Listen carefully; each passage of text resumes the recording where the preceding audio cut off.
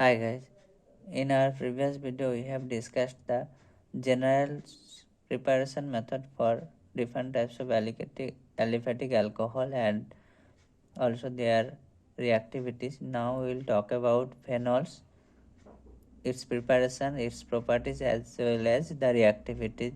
So what is phenols? Phenols is a hydroxybenzene. This is the structure, this is the crystalline solid and general formula is C6H5OH. Now we'll talk about preparation. So the first one is the cumene process. This is the industrial method. This is called cumene. When heat with in presence of oxygen 130 degrees Celsius in catalytic condition, it produces the cumene hydroperoxide. Further, acidic hydrolysis produce phenol and acetone. So this cumene can be prepared from benzene and propene in presence of anhydrous aluminum chloride. The second process is the Dow process from chlorobenzene. This chlorobenzene when reacts with sodium hydroxide from sodium phenoxide, further protonolysis produces this phenol. And from aryl sulfonic acid as well, this is the aryl sulfonic acid reacts with sodium hydroxide, produce this sodium sulfonate, and further it produces sodium phenoxide, which protonolysis gives this phenol. Number 4, from aniline as well we can generate phenol. We can prepare when treated with sodium nitrite in presence of HCl, low temperature condition, produce this benzene diazonium salt. Further hydrolysis produce phenol. Decarboxylation of this salicylate in presence of soda lime, NaOH calcium oxide, produce this sodium phenoxide, with further protonolysis gives phenol. Oxidation of Grignard, this is the Grignard, produces this, and further reacts with another molecule of Grignard, phenyl magnesium bromide, produces this OMG compound, and further protonolysis produce this phenol. Now we'll talk about the properties. It is a colorless crystalline solid, boiling point 180 degrees Celsius, sparingly soluble in water. It is corrosive and toxic nature, small and weakly acidic, but more acidic than the aliphatic alcohol.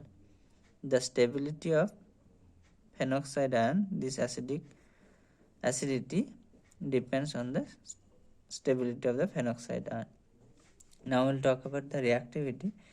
Phenol reacts with FeCl3, produce this color complex FeOPHL whole 6 3-, reacts with zinc, heat, produce this benzene. With hydrochloric acid there is no reaction. When phenol reacts with this PCl5, produce this chlorobenzene. When reacts with this ammonia ZnCl2, produce this aniline. Reacts with NaOH, sodium phenoxide. Again further reacts with any electrophile like methyl iodide, produce this ether. Phenol reacts with diazomethane, produces this as well anisole, this OMe, and this para-dihydroxybenzene reacts with DMSO and sodium hydroxide, produces this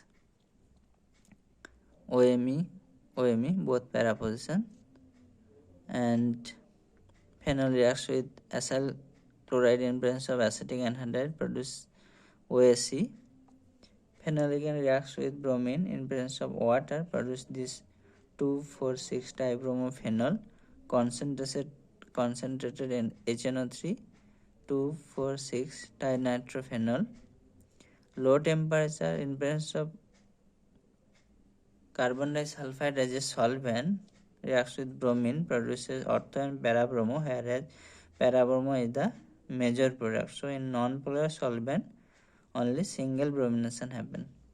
Reacts with dilute nitric acid, HNO3, produce ortho and para-nitrophenol. This phenol reacts with sodium hydroxide, then further carbon dioxide, that is called Kolbe reaction, produces this salicylic acid. Phenol reacts with diazonium chloride coupling. From this coupling adduct, phenol reacts with formaldehyde with sodium hydroxide, produces this CH2H, para CH2H product, plus ortho, para is the major, and this reaction is called the Lederer-Mense reaction. When heating with formaldehyde, after heating this compound form the resin called bakelite. Now again phenol also reacts with acetic anhydride, produces this OSE compound, which further reacts AlCl3, produces this orthoacyl phenol. This is called the Fries rearrangement. Ortho and para both acylation can happen of this. Phenol reacts with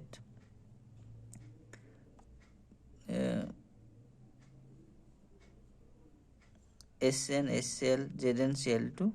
Gatterman reaction produces this ortho CHO, and